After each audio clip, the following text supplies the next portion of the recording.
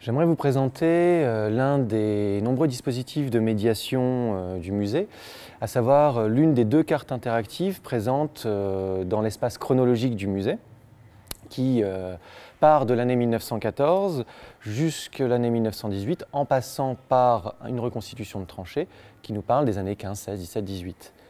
Alors cette carte interactive qui met en scène l'espace 1914 par le biais de vidéos, d'images d'archives, de reconstitutions, vous montre surtout le déplacement des troupes au début du conflit, en 1914, et les différentes stratégies militaires qui ont été mises en place à cette époque. Alors, en premier lieu, il faut prendre conscience que la France et l'Allemagne se faisant face, nécessairement, chacun va établir des plans d'invasion de l'autre.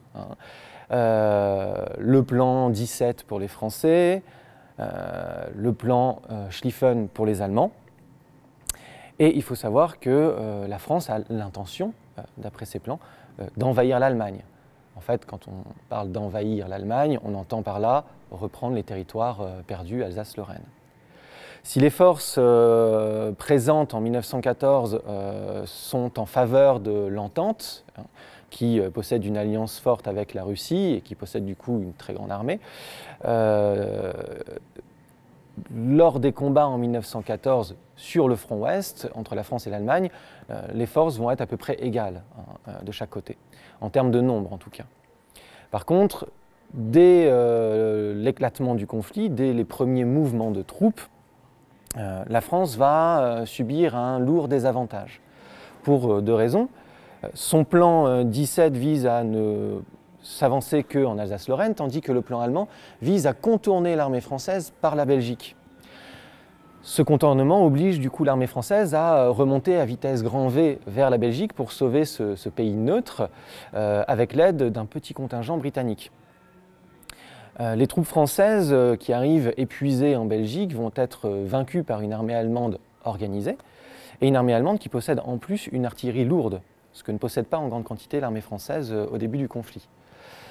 Dès lors, on assiste à un retrait général des troupes françaises, britanniques, et ce qui reste de l'armée belge qui n'a pas été bloquée, entourée en Belgique.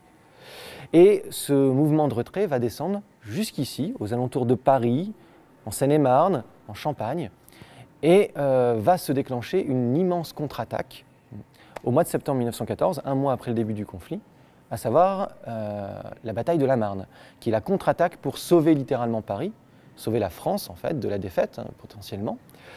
Durant cette contre-attaque, on va assister à pour la première fois une alliance véritable entre la France et l'Angleterre dans la stratégie de combat. Les Anglais vont répondre aux ordres de Joffre, du général Joffre, général en chef des armées françaises, et ensemble ils vont réussir à repousser l'armée allemande, alors qui fait un retrait en bon ordre, ce n'est pas une débâcle. Suite à cette victoire imprévisible de l'armée française, on va assister au dernier soubresaut de ce type de guerre qu'on pratique à l'époque, à savoir la guerre de mouvement, une guerre où on se déplace d'une quarantaine de kilomètres par jour en moyenne. C'est-à-dire que les officiers qui ont appris à mettre en place des stratégies de contournement vont essayer de contourner leur adversaire, chacun faisant la même chose, chacun appliquant la même stratégie. Petit à petit, les armées remontent vers le nord de la France, puis le sud-ouest de la Belgique, pour finalement être bloquées par un rempart naturel, la Manche, la mer du Nord. Et va se dessiner dès lors un front stable, qui va rester stable pendant 4 ans, un front de 700 km de long qui va partir de la Manche et descendre jusque dans les Vosges, jusqu'au territoire de Belfort à peu près.